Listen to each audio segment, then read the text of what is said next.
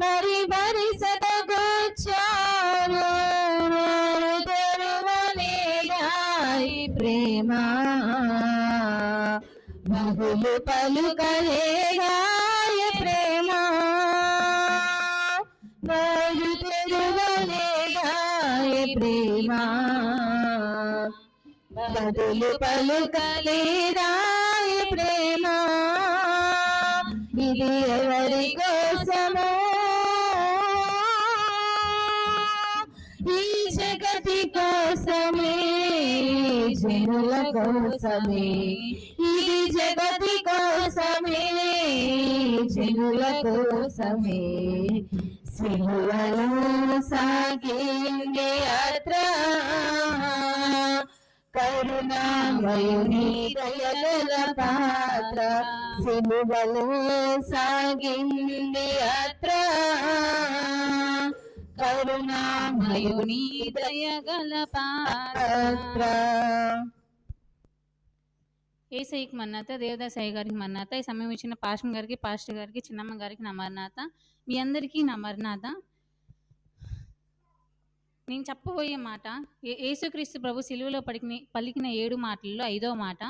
యోహాను సువార్త 19వ అధ్యాయం 28వ వచనము. అటు తర్వాత సమస్తమును అప్పటికి సమాప్తమైనదని యేసు ఎరిగి లేఖనము నెరవేర్చినట్లు నేను దప్పికొనుచున్నానెను. చిన్న ప్రార్థన చేసుకుందాం. మహాగణుడు, మహోన్నతుడు, మహాపరిశుద్ధుడు, ప్రేమగల తండ్రి యేసయ్య ప్రభువే, నేను చెప్పబోయే మాట నీవే జ్ఞాపకం చేసుకోమని అడుగుచున్నాను తండ్రి. అయ్యా, నీ జ్ఞానాన్ని నాకు దయచేయమని అడుగుచున్నాను తండ్రి. నా ద్వారా ఈ వాక్యాన్ని నీవే చెప్పమని అడుగుచున్నాను తండ్రి. మహాగణుడు కథ ప్రభ, మహోన్నతుడు కథ ప్రభ, నీ జ్ఞానం నాకు కొంచెం కొదువుగా ఉంది ప్రభ. నీ జ్ఞానాన్ని నాకు దయచేయమని అడుగుచున్నాను తండ్రి. ఏమైనా తప్పులుంటే మన్నించమని అడుగుచున్నాను తండ్రి. యేసు పరిశుద్ధ నామములో అడిగి పెట్టుకొని ప్రార్థిస్తున్నాం తండ్రి. ఆమేన్. మరణాత.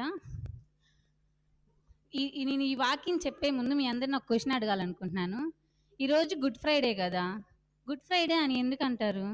ఆయన సిలువలో అన్ని గాయాలు పడి అంత మరణమైనంత వేదన అనుభవించి చివరికి తన ఆత్మను అప్పగించారు కదా. అది మనకు మంచిదా? మరి గుడ్ ఫ్రైడే అని మనం ఎందుకు అంటున్నాము? అయితే ఆయన ఎందుకు వచ్చాడు? మనల్ని రక్షించడానికే కదా, మనల్ని పాపం నుండి బయటికి పంపించడానికే కదా ఆయన వచ్చింది. ఆయన శరీరం మీద పడిన ప్రతి ఒక్క గాయము మనం చేసే ప్రతి ఒక్క పాపముకి గుర్తంట. అయితే నేను చెప్పబోయే వాక్యాన్ని నేను దప్పిక గొనుచున్నాను అని ఆయన నోటితోనే కదా అంది. ఆయన ఆ ఎండకి ఆయన నోటు ఎండిపోయి నేను దప్పిక గొనుచున్నాను అని యేసు ప్రభు గారు అందరికి చెప్పుచున్నారు కదా. అలాగే పాత నిబంధన గ్రంథంలో ఆదికాండంలో అవ్వ ఆదాము గారు ఏ విధంగా అయితే పాపం చేసి ఉన్నారు, వారు పాపం చేయడానికి కారణం ఏంటి? తన నోటి నుండనే కదా ఆ పండును తినింది. ఆ నోటి నుండనే కదా పండు తిని మనకి పాపాన్ని తెచ్చింది. అదే పాపాన్ని ఆ యేసుక్రీస్తు ప్రభువు గారి సిలువలో 7 మాటల్లో 5వ మాటగా అదే నోటితో అనుచున్నాడు, నేను దప్పిక కొనుచున్నాను, నాకు చిరకని నాకు దాహాన్ని ఇవ్వమని అడుగుచున్నాడు. అయితే ఈ దాహాన్ని ప్రభు 7 మాటలు 5వ మాటని ఆయన శరీరపరంగా దాహం గురించి అడుగుచున్నారు, మరియు ఆత్మపరంగా కూడా దాహాన్ని ఇవ్వమని అడుగుచున్నారు. అయితే ఆయన ఈ లోకానికి వచ్చింది ఆ ఆత్మలను రక్షించడానికే కదా. పాపం నుంచి మనల్ని బయట వేసి పరలోక రాజ్యానికి అనేక ఆత్మలను సంపాదించడానికే కదా వచ్చింది. అలాగే మనము ప్రభువునందు నిద్రించి ఉన్నప్పుడు మన పరలోకానికి వెళ్ళినప్పుడు మనల్ని దేవుడు అడుగుతాడంట, మీరు ఎన్ని ఆత్మలను నా సన్నిధికి తెచ్చారు, ఎన్ని ఆత్మలను మీరు బలపరిచారని ప్రతి ఒక్కరిని అడుగుతారంట. అయితే మనము సమాధానం కూడా చెప్పాలి కదా, అంటే మనము ఆత్మలను సిద్ధపరచాలి కదా. అయితే ఈ దప్పిక కొనుచున్నాను అనే దానికి 2 అంశాల ద్వారా చెప్పుకుందాం. సమయం లేదు కనుక కొంచెంలోనే ముగిచ్చేస్తాను. ఫస్ట్ది శరీర దాహము, రెండవది ఆత్మ యొక్క దాహము. శరీర దాహము మొదటిది ఆదికాండము 21వ అధ్యాయము 17 నుంచి 19 వచనాల వరకు చదువుకుందాం. దేవుడు ఆ చిన్నవాని మొరను వినును. అప్పుడు దేవుని దూత ఆకాశము నుండి హాగరుని పిలిచి, హాగరు, నీకేమి వచ్చినది? భయపడకుము, ఆ చిన్నవాడున్న చోట దేవుడు వాని స్వరము విని ఉన్నాడు. నీవు లేచి ఆ చిన్నవాని లేవనెత్తి నీ చేతి పట్టుకును, వానికి గొప్ప జనముగా చేసేదనని ఆమెతో చెప్పెను. మరియు దేవుడు ఆమె కన్నులు తెరిచినందున ఆమె నీళ్ల ఊట చూచి వెళ్ళి ఆ తిత్తిని నీళ్లతో నింపి చిన్నవానికి త్రాగనిచ్చెను. ఇది చాలండి. ఇది మనము ఏది దేని ద్వారా చూద్దాం, దేని ద్వారా చూస్తున్నారు? ఇది శరీర దాహమే కదా. ఆ చిన్నవానికి ఆ అరణ్యములోకి పంపివేస్తారు అబ్రహాము గారు. ఆ హాగరు అనేది ఆమెని అరణ్యములోకి పంపివేస్తారు చిన్నవానితో సహా. అయితే ఆ చిన్నవాడు ఆ ఎండకి తట్టుకోలేక ఒక చోట హాగరు గారు పడుకోబెడతారు. పడుకోబెట్టి దేవుణ్ణి అడుగుతారు, ఈ బిడ్డని ఏం చేయాలి, అయితే ఈ బిడ్డకి నీళ్లు కూడా లేవు అని అంటే, అప్పుడు దేవుడైన యెహోవా గారు అంటారు, భయపడుకుము అని చెప్పి హాగర్ గారికి చెప్పి, నువ్వు ఆమె కన్నులు తెరిచేలోపు ఆమె ఎదుట నీళ్ళ జలం ఉండిద్ది. అయితే ఇది శరీర దాహమే కదా. రెండవది చూద్దాం, ఇశ్రాయేలీయుల యొక్క దాహము. సంఖ్యాకాండము 20వ అధ్యాయము 11వ వచనం. 11వ వచనం. అప్పుడు మోషే తన చెయ్యి ఎత్తి 2 మారులు తన కర్రతో ఆ బండను కొట్టగా నీళ్లు సమృద్ధిగా ప్రవహించెను, సమాజమును పశువులను త్రాగెను. చాలని ఇది కూడా శరీర దాహమే కదా. అయితే అరణ్యం ఇశ్రాయేలు ప్రజలు వెళ్ళే దారిలో మోషే గారిని చాలా సనుగుకుంటారు. మాకు అక్కడ నీళ్లు లేక, మాకు అక్కడ ఆహారం లేక మమ్మల్ని ఇక్కడికి తెచ్చి ఈ అరణ్యంలో మమ్మల్ని చంపివేస్తావా అని మోషే గారిని చాలా సనుగుకుంటారు. అయితే వారు ఎందుకు సనుగుకుంటున్నారు? వారి శరీర అవసరాల కోసమే కదా. అంటే ఇది శరీరానుసారమే కదా.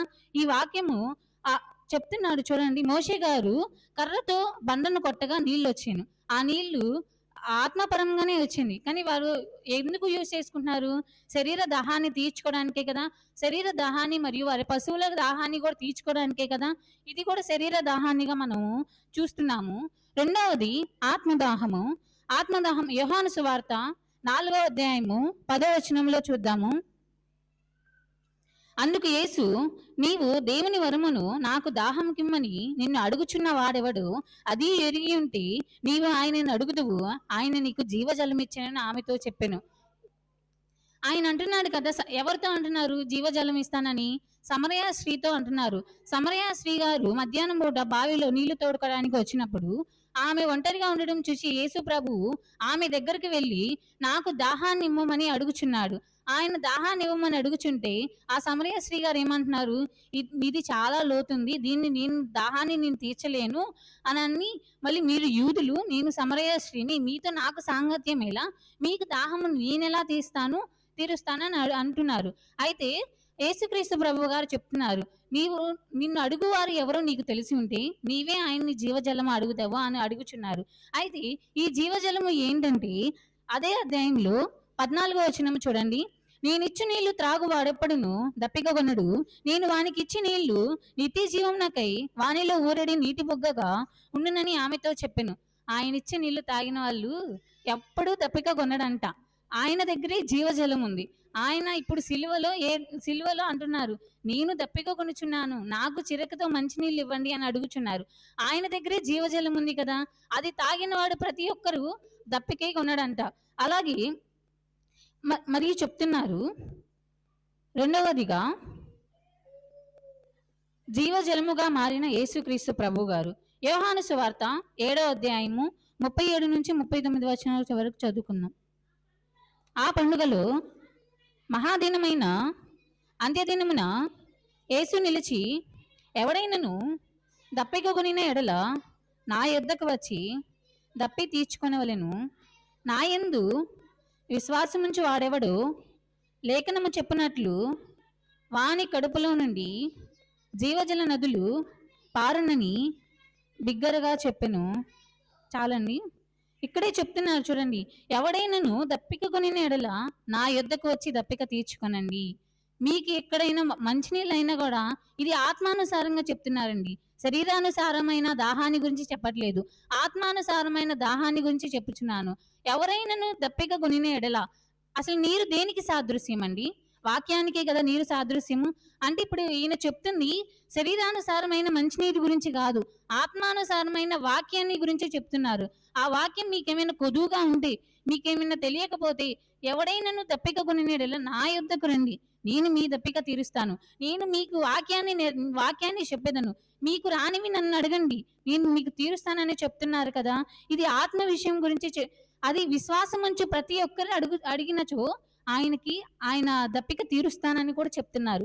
మరలా ఇంకొకటి ప్రకటన గ్రంథము 21వ అధ్యాయము 6వ వచనము చూడండి. మరియు ఆయన నాతో ఇట్లనేను, సమాప్తమైనవి నేనే అల్ఫయు ఒమైగయు, అనగా ఆదియు అంతమునై ఉన్నవాడును. ఈ దప్పికగొను వానికి జీవజలము బుగ్గలోనికి జలమును నేను ఉచితముగా అనుగ్రహిస్తాను అని చెప్తున్నాడు. ప్రకటన గ్రంథంలో కూడా తెలియపరుస్తున్నారు ఆయన. మీకు దాహమైన చో, మీకు జీవజలము కావాల్సిన చో, మీరు దప్పిక కొనిన వారి చో నా యొద్దకు రండి, నేను మీ దప్పిక తీరుస్తాను అంటున్నారు. మనం ఈ లోకంలో చాలా దప్పికలు ఉన్నాయండి శరీరానుసారంగా. మనం ఎక్కువగా చూసుకున్నట్లయితే ధనదాహము, ఇక్కడ ఎక్కువ ధనదాహం. ప్రతి ఒక్కరు లేచిన కా నుంచి పడుకునేంత వరకు ధనము కోసమే ఆలోచిస్తున్నారు, కానీ ఆత్మానుసారమైన దాహము కోసము ఎవరు ఆలోచించట్లేదు.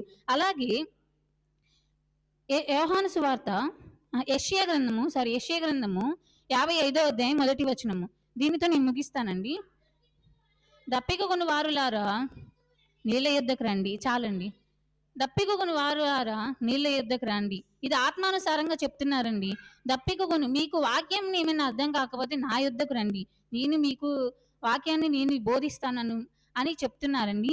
ఇది నేను చెప్పబోయే వాక్యం. ఏమైనా తప్పులుంటే మన్నించండి. మీ అందరికీ నా మరణత.